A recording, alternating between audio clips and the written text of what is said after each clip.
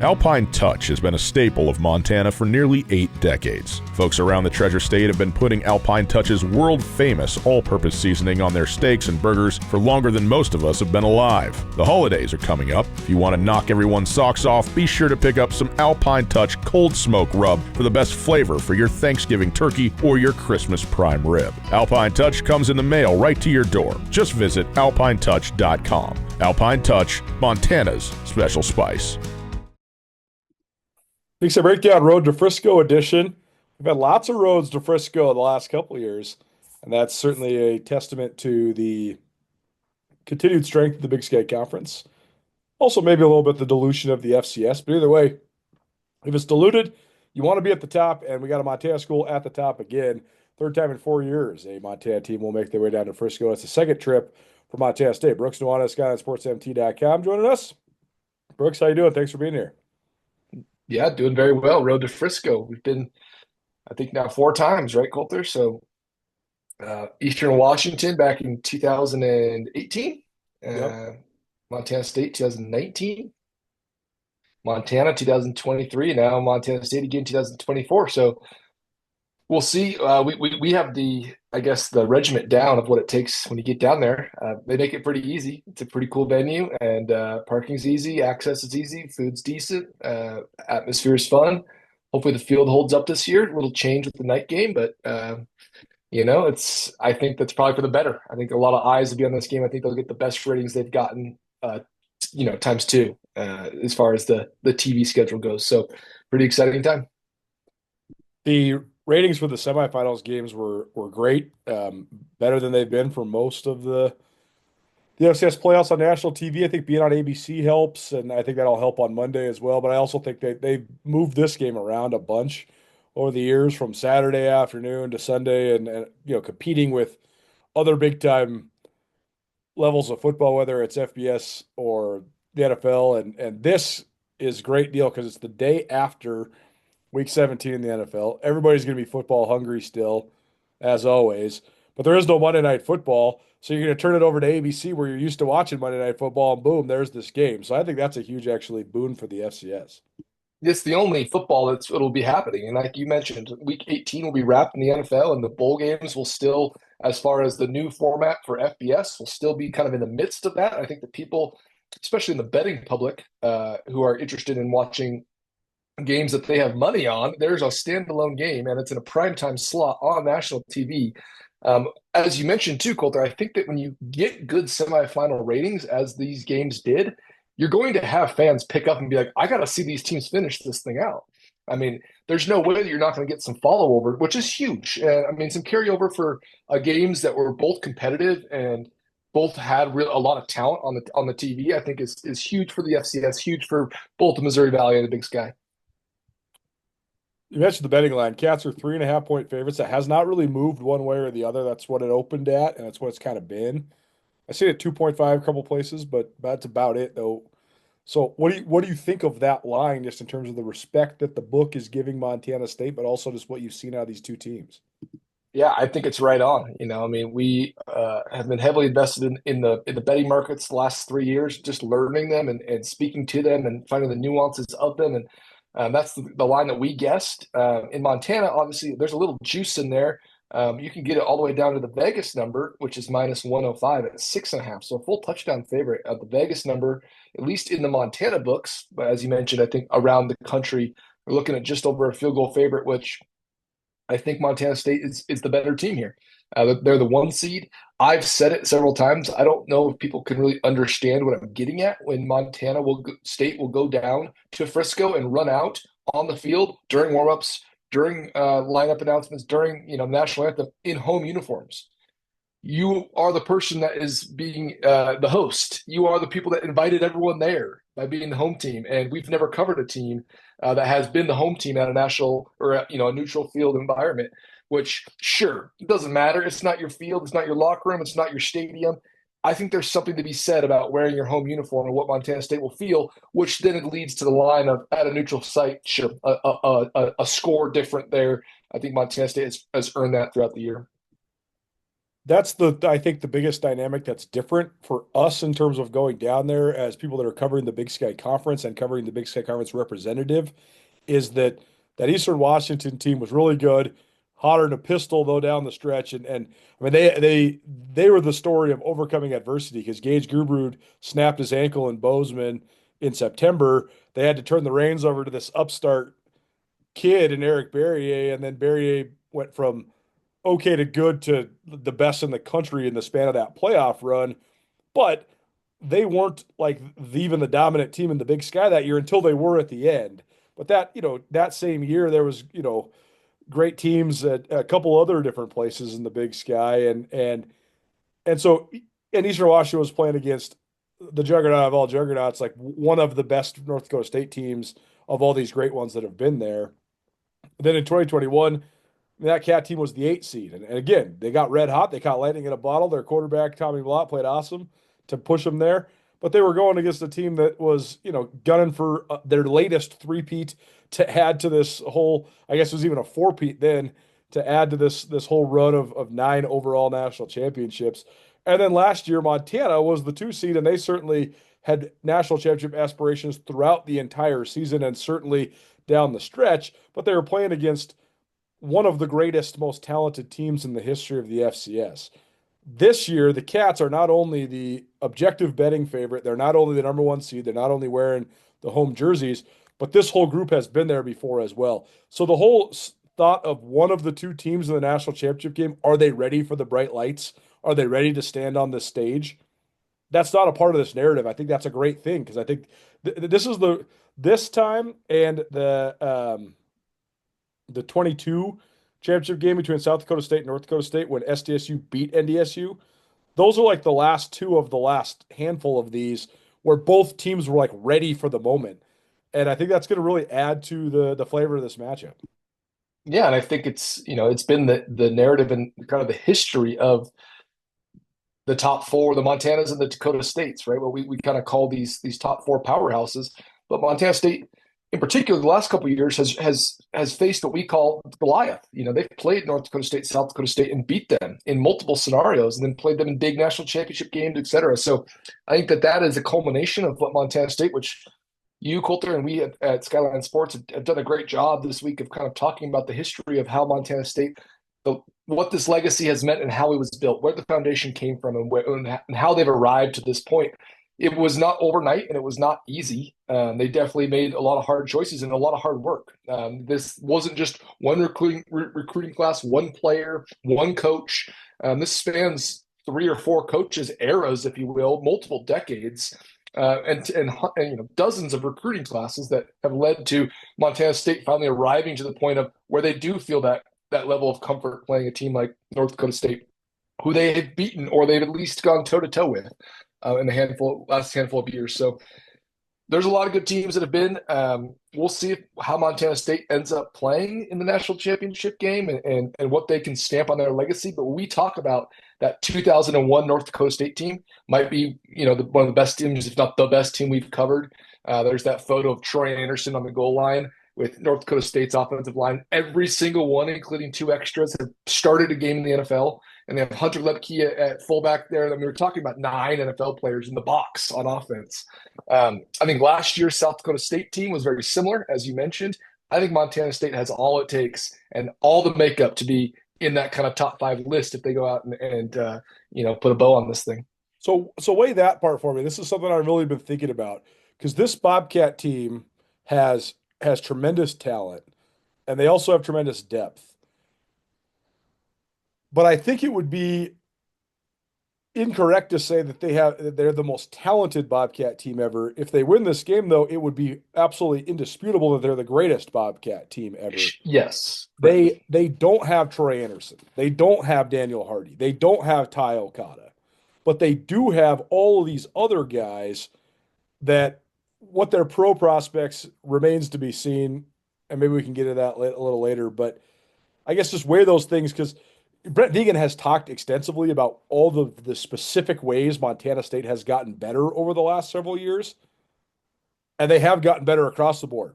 Offensive line, defensive line, quarterback play, all of it. But they don't have that spectacular talent like a Troy Anderson. So how have they done it? How have they closed the gap? How have they gotten so much better without maybe having this once in a lifetime type players like they did even just a couple of years ago? Well, I'll fill in the gaps after I make the statement. And yeah, it's recency bias. It's the week of the national championship game, so I guess I can say whatever I want, right? But Tommy Malot's a better player than every single guy you just named, and Well, that's just the that's fact of right. the matter. That's That's right. just the fact of the matter. And if I'm South Dakota State, North Dakota State, whoever you want to put in front, there is one thing I don't want to play, and it's Tommy Malott right now in college. We can talk about what someone runs in the 40 at the combine. We can talk about where they get drafted. We can talk about Daniel Hardy on Hard Knocks. We can talk about Marcus Weir at the Senior Bowl this year. None of that matters because Tommy Malott's in college still, and that is something I would not want to deal with. I don't think anyone in the country does. I think he is by far the best player in the country. I hope not just because we cover him, we know him, a local kid to us, but I hope that the nation realizes and understands and awards him the Walter Payton Award because I don't think that there is anyone more deserving in the country. And that's no slight to Cam Miller or Mark Gronowski from those Dakota State schools who are tremendous quarterbacks and in some way have this legacy that they've built that I think Tommy Malott can match in so many different ways. And what he means to Montana State, how he can stamp his legacy. That's not a slight to someone like Troy Anderson, who you and I both have regularly called. But I don't think that it is has any piece of non-truth in it. The greatest athlete we've ever covered. Tommy Malott is the greatest college football player that we've covered since Skyline started, and he is making his mark in many different ways. So to fill in the gaps, Colter, the depth is tremendous, and the understanding of what they're getting after, what the goal is. It's not about winning; it's about how they attack each play. It's that one game, one play, one practice mentality that we talk about being cliche that they've honed. It's a mentality, and it's top to bottom. They have no turd birds. They have no one sitting on the sideline complaining. They got none of it. It is top to bottom organizational understanding and buy-in. And that's such a tremendous nod to Brent Vegan and how he's built it, his leadership style, the staff that he's put around himself, and the accountability that he's held to that staff. If you weren't cutting it, you were out. As players, same thing. There's guys that start on this Montana State team that weren't anybody 4 years ago that made themselves somebody, and vice versa, that have found their way out just due to attrition, due to not being bought in that same way. So I think it's as good a program building as we've seen outside of kind of these empires, these dynasties that have been around the region. Join Town Pump's Pump It Up Rewards Plus program and never pay full price for fuel again. Save 5 cents on every gallon every day at any Town Pump across Montana. Plus, earn and redeem points on your favorite in-store items to get free stuff with our clubs. Stop in and pick up a rewards card. Download the Pump It Up Rewards Plus app today. Or visit townpump.com/rewards to register and start saving. Town Pump. Right down the road. Pump it up. Oh, yeah. And to affirm that, I mean, in the college game, the quarterback run game is the most game-changing part of it. It's like the three-point shot in basketball. Like The biggest differentiator. if you have a quarterback that can give you extra in the +1 run game, we always talk about like offensive schemes in college. Offensive schemes in the NFL are about executing. Offensive schemes in college are about making the defense screw it up. Get guys in space, get them to freeze, get them to fall over themselves. You make a miss, boom, you're off for the races. Well, then when that guy that's making you miss is the +1 guy in the run game, and then that guy is a guy that can run between the tackles, but he's also one of the fastest players in the country. Now you got real problems. And that's exactly what Tommy Malott is. But then you teach that guy how to throw, and that guy then can become an unbelievably efficient passer. And that's why Montana State's the #1 team in the country. So I agree with that. I think the other part is that, defensive ends are always going to be a lot more sexy than offensive guards. Nickelbacks are going to be a lot more sexy than three techs. But that's the other part about this Montana State team is they have the best players in the country at some of the dirty work spots. Losing Justice Perkins, I thought was going to be a huge hit to Montana State. And Perkins is the heart and soul of their team. He's their captain. He's Mr. Positivity. He's, Mr. Bobcat. He loves everything about it. Having a 6'4", 315-pound guy there at center that has like real deal NFL skills in Cole Sane, now that he's mastered the ball skills part of it, that's a huge boost. Having a guy that's going to be a 3rd or 4th round draft pick be able to slide over to offensive guard and Marcus Ware, That's been the key to everything for Montana State. But I also think the other key factors that they've gotten so much better at is one, they have such great depth throughout their team, but specifically on the offensive and defensive lines that they've had as much tumult on both those lines as anybody in the country, and it hasn't mattered at all. I mean, the offensive line is anybody else, that would be the story of the season, how big of a train wreck that was. You lose multiple guys to the portal, you lose multiple guys to injuries. Every single dude on your squad has played a new position week one. They're the best in the country still. Like that's an unprecedented thing. We've never seen a unit reform like that. And that's why I think Al Johnson's big time coach. And same thing on defense. You lose your interior guy, your anchor at Blake Schmidt. You miss a beat. Like Paul Brott is ready to roll. Like the depth part is super impressive. And then I think the other underrated factor that we haven't talked about a ton is that the way that they run, the way that they press the edges in the run game offensively, and the way that they set the edge with their H backs and their tight ends.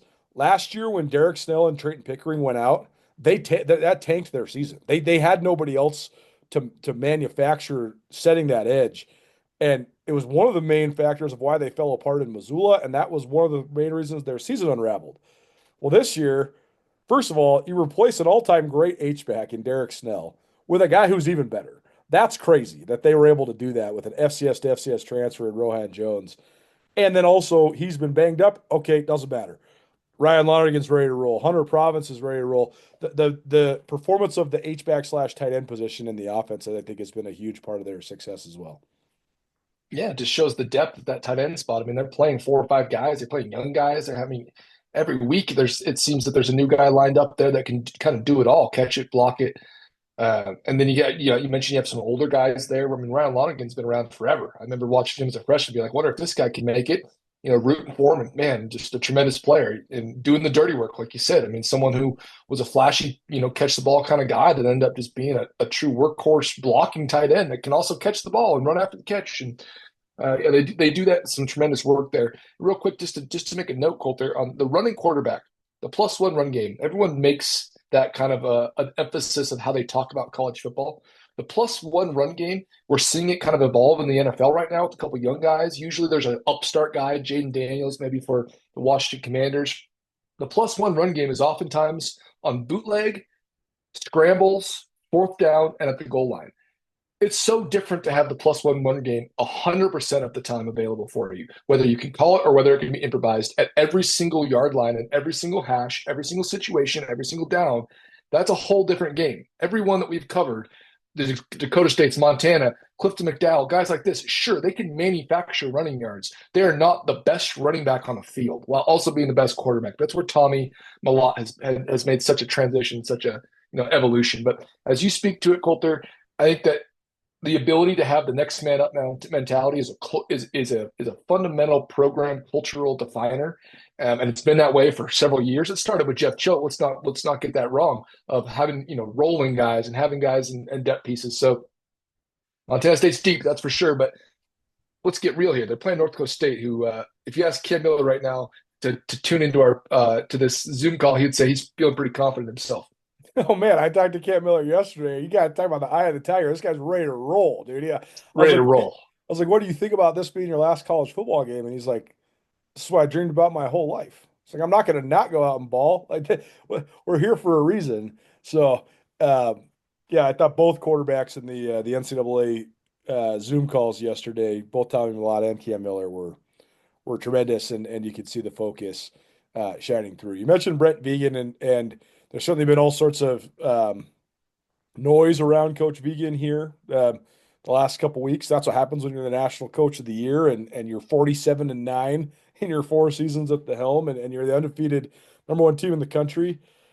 But at the end of the day, the dust settles, and he's staying in Bozeman. So I guess my question for you is twofold. One, does that give the Cats a boost going into this game, the fact that he signed a contract extension?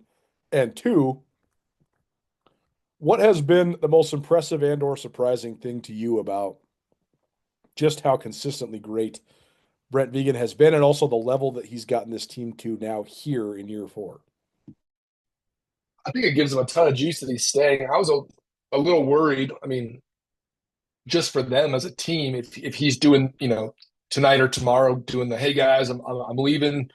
This will be the last run. So I want to let everyone know before all the, the media starts to leak it. And that's sure, you can use it as motivation. I don't think that's a great way to enter a game. We've seen coaches who we knew were leaving be dead man walking on that field. We've seen it, Colter. And you could smell it. And it was not good. And none of those coaches ever won those games. I saw it with Bobby Houck in 2009. I saw it with Jeff Choate. We saw it with Matt Entz at North Dakota State. I mean, you could see it. And so I think that's a huge turn for Montana State in a positive way. I also think the most impressive part about Brent Vigen is his underlying competitiveness and how he doesn't have to be intimidating and or necessarily rah-rah about it.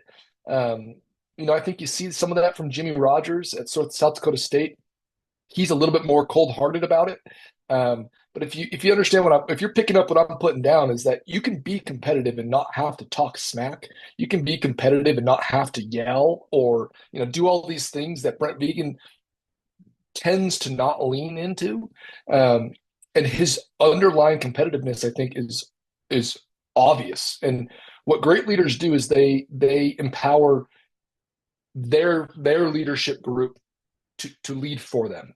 So it's leadership by leadership, is that he empowers his coaches to empower those player leaders to empower the team.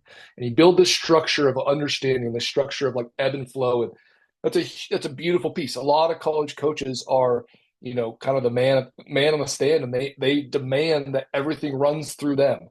And that might be X's and O's, development, depth charts, culture, and competitiveness. And Brent Vigen, I think, runs that through his team. So it's such a deflection of, this isn't about me, it's about the team, when really it does come from the top down. And it's the style of leadership that I've always lent my hat to and appreciate very much. And I think that when you watch it play out live and in person, you can see why not everyone has the skill set to do it, but if you do and you implement it, man, it sure is effective. Bobcats win again. So, fifth quarter at the R Bar? Dude, I could crush a burger right now. Can you guys pick it up? I'm thirsty back here. Guys, what's up? Hop on in. Fifth quarter's this way. Oh, new R Bar merch. Yo, what's the fifth quarter? They have food, drinks, and giveaways after every home game. And these sweet Bobcat cups. Oh, I'm in. Take me to the R Bar. Join us at the Rocking R Bar after every home game for the fifth quarter. Let's celebrate the spirit of blue and gold. It's so well stated, and it's so interesting to me that Craig Bohl, who is sort of the godfather of this current tree, with all the great North Dakota State coaches, including now Tim Polasek, who worked with Coach Bohl and Brent Vigen at NDSU. Bohl comes from the Tom Osborne coaching tree, but Bohl himself is more of a, fire him up, kind of hard ass leader, yell at you type of guy. That's very much like Matt Entz was, as well as, of course, now Tim Polasek. I mean, Polasek is very impassioned and fiery. But Chris Kleiman and now Brent Vigen actually, to me, remind me of Tom Osborne, which is so interesting how it sort of like skipped a generation. But you talk about like the governor on the hill who's like watching over everything, but it is all about his tenants at the end of the day, even if he's not making it about him. It's a great way of describing it. When it comes to the matchups in this game, what sort of places are you looking to? Because to me, I think this comes down to just a few, but I'll let you go first. What spots are you looking at, or what places do you think either or Montana State or North Dakota State could find an edge one way or the other? Well, I mean, I think it obviously starts with Montana State's running game. If North Dakota State can slow that at all, it's been proven to not be able to be done very well. I mean, South Dakota the South Dakota team that came to Bozeman a few weeks back gave it a good run, and that was a talented team. And Montana State still leaned on them, and still at the end of the day, one going away. So I think that's probably kind of the end all be all, that if North Dakota State gives up 250 plus yards rushing, it's gonna be hard to win that game. So that's, point number one. On the North Dakota State side, I think that Montana State, there's just kind of a two-edged sword here. I think that their secondary for Montana State defensively is underrated, in the sense that I think they have depth, they have experience, and I think they tackle extremely well. Yep.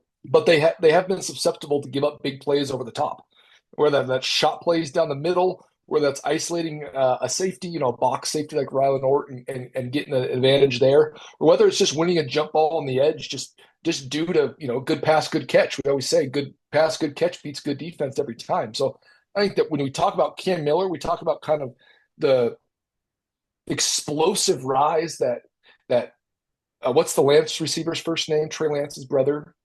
Rice. Yep. Rice Lance. I mean, he's been a solid athletic player. You could see he had potential. The last half of this season, he was going nuclear. That game against South Dakota State, I mean, he just went completely off. The game-winning one-handed catch, we're talking about a guy who's like getting to a whole nother level. And then you have Cam Miller, eye of the tiger, as you mentioned, one of the most experienced, most talented, most competitive quarterbacks in the country at any level with a awesome receiver like that. You got to worry about, those kind of shot plays, because you can hold a defense and not break the dam for all game. And if you give up two scores just off big plays there, Montana State could be in trouble. So I think those are two great matchups to look at. But across the board, these teams are so damn talented that, I mean, I think you can look at every single one-on-one and think that we're talking about, video game 90s across the board. We're talking about guys that are going to be battling. So I don't see a huge disadvantage for any team, if that makes sense. And that's why I think that when you say that the intangible element of being ready for the moment is a non-factor on both sides. Okay, so you remove that. The head coaches, I think, will play, and the fact that Brent Vigen's been in the head coaching role there before, I think, is a slight advantage. But on the other side, Tim Polasek has been, in national championship games. He's just never been the head coach. So I think that sort of negates itself. And then you got strong play on the lines, both sides. You got strong play on the defenses of both sides. You got playmakers that both teams will have to keep an eye on, but certainly will have plans for. So then it comes down to one thing, man. Performing, and specifically at the quarterback position. Which quarterback can perform better? And that's what you dream of in terms of matchups. And on the Montana State side of things, for Tommy Mellott, the fact that this is the moment that this comes to, that he has a chance to cap an undefeated season and truly become part of the myth of Montana, truly. He's already an unforgettable figure, but he's the best of everybody right now. He is singular all by himself in a company of only Dave Dickinson if he leads this team to a national championship. And the fact that this moment comes down to this and it's going to be all in his hands, how poetic. Yeah, I mean, Colter, when you talk about quarterback play at any level of college football, there are guys that will play in the FBS national championship game that have weaknesses, that have like mistake habits that they're prone to making. We're going to watch two guys that are peerless. We're going to watch two guys that aren't going to make mistakes. And if the mistake is made, it's oftentimes in a game like this, it'll be because another player made a play. You might see someone throw a pick, but it's because someone went and got that pick more than the guy threw it.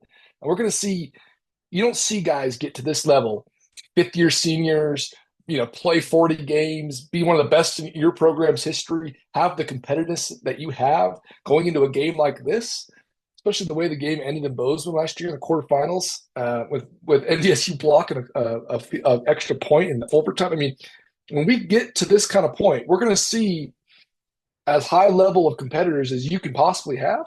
And we talk about Tommy Mellott, as we've talked about a lot during this entire podcast and video. Yeah, this is the kind of stuff that they put a statue up for you. This is kind of how that works. If you go and have this kind of season, as you mentioned, I mean, Dave Dickinson is one of the most heralded figures in all of Montana, not sports, just in Montana, period. And you talk about a guy like Tommy Mellott from being from Butte, Montana, and capping a season like this the way he has, especially with someone who sits here and was critical of the way he threw the football for a lot of his career. And look what he went out and did. Look at the progress that he made, and then the mentality that he takes into the games. And there's a lot of good quotes out there about him, but I think they're all true. No doubt. Are you paying too much in taxes? Elevated Tax and Accounting is a firm that specializes in tax planning and strategy to minimize your tax bill. Elevated Tax consult with you on tax strategy throughout the year, so no more waiting until the end of the year and hoping for the best. As a business owner, you know your sole focus should be spent working on your business, not in it. Outsourcing gives you the time to concentrate on the core reasons you started your company, to create and innovate a top-tier product and generate profits. Elevated Tax and Accounting, elevating you and your business with a modern professional touch. No doubt. Is there anything else worth touching on or worth analyzing? Do you want to know what I think is actually could be the other X factor? I think both these teams are gonna be really good on special teams, and Yep. I think it's pretty much a draw across the board. Except the other X factor for the Cats could be Brendan Hall, because if they do get What I into was going to say. if they do get into a field position game, it's crazy that they got 15 games into the season before they actually had to use him. But then, like last week, you're watching him, you're like, holy shit, dude, this guy's the best punter in the country. Like he absolutely flipped the field. He had like 460+ yard punts. That could be a huge factor if this turns into like a slugfest, or if there's just a moment in the game where they are kind of like slugging it out one way or the other. I've been wanting to say it all year. That was my answer when you started the question is a guy like Brendan Hall, or not a guy like him particularly. I've been wanting to say it all year. We talk about all these NFL guys. Who's more NFL than someone like him? I mean, Oh, nobody. specialists have a funny way of getting into the NFL because you got to get in front of the right team with the right need at the right time. And if that gap kind of passes you by and you just don't get into the league right away, it's hard to like make it as a punter in your fourth year as an undrafted guy. And only like 3 or 4 guys get into the league every year because everybody else sticks around for so long. That's what I'm saying. But the team that needs a punter will only see 4 or 5 punters in person. Right. And if you're not one of them, like you're just not getting in the league. So it's hard to like be like Brandon Hall's NFL because it's a little bit of luck there. But we saw, I mean, the Wheeler kid that's on the Green Bay Packers from UC Davis. Brandon Hall is all of that, if not better. I mean, that kid's been great in the NFL this year. So I think that's a huge piece. I think that special teams will play, Colter. I think that all of that matters. All the little intangibles for teams that are this well-rounded matter. I hope the field holds up. You know, we can talk about that ad nauseum and talk about should that matter. It's football. Go out and play. It's like the field sucked. I've been there for years. It sucks. It's soaking ass wet in the middle of the day. It's 65 degrees in Texas. It's supposed to be cold down there. It's supposed to be like in the mid 40s, low 40s, which actually could be good. The field could tighten up a little bit rather than being kind of humid and soggy. They keep it short for that race grass, you know, that super fast soccer grass, which I don't know if they ever are going to tell, what has it been, 10, 11, 12 years? They could mention to the groundskeepers that they're going to have 150, 300-pound men on it. You know, you could mention that. Just maybe grow it an extra half inch. It's frustrating because it's like they played the Frisco Bowl there just a couple weeks before, too. Just make it a football field for a month. It's just, it seems so simple. It is like, there's not even blades of grass. I send pictures on my Twitter, Brooks Nuanez on Twitter. I'll send pictures every year of what it looks like and what my pants look like. I'm soaked in the first 20 minutes because the field is early game in the morning. It hasn't had a chance to dry out. So I think the night game could maybe play. Texas, you know, get a little bit of little warmth, even if it's in the mid 40s, get it to dry out by 7 o'clock. It's a little bit more stable. I think that could be very helpful. But I don't know, Colter. These teams are so damn good. It's going to come down to big time players making big time plays.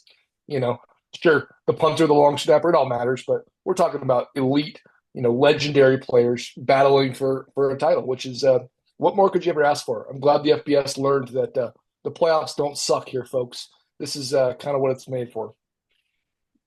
What do you think will be the defining factor then? And what's it going to take for the Big Sky to break their championship streak and get their first title since 2010? Seize the moment. Nothing different. I think that this team playing at their peak, which they are at this exact time, I think that throughout the playoffs, if you play like you do against the Grizz, you play like you have throughout the playoffs, and you do nothing different, I think it's the best team in the country. So I think that that's what it takes. Is that I don't know if they have it in them. Of course, we're human, right? We're talking about humans. Of course, there could be a slip. I just don't see it for this team, and if they can actualize everything that they visualize, I think that there's nothing that can really stand in front of them, even a team that's as sturdy and stout as North Dakota State. I think that there's a lot to play for. There's some bad blood here. I think it's kind of every ingredient you have for a documentary, not one we're making, but one that they talk about on those shows and on those networks of 5, 6, 7 years of building and falling and building and falling, and this kind of is the culmination of that. So on the list, we got like 4 other docs we got to make first, but it's definitely on the list. We'll get to it someday. We're going to be doing this for another, I don't know, 40 years, but this has been 40 years in the making for Montana State. So it should be a really fun evening on Monday. We appreciate all of our fine sponsors throughout the year, particularly our sponsors that are sending us to Frisco, the Rock and R Bar. They're giving away a TV on Monday. So if you need a place to watch the game in Bozeman, go on down there, and there'll be all sorts of food and drink specials, a bunch of blue and gold clad enthusiasts, and a chance to win a free big screen TV. Also, thanks to the Bobcat Collective for their continued support. They are the NIL Collective of Montana State University. If you want a free membership to the Bobcat Collective, bobcatcollective.com/skyline. And also, thanks so much to Town Pump. They've kept us fueled up all football season long, and they're taking us on the road all the way to Frisco this time around as well. So couldn't do it without them.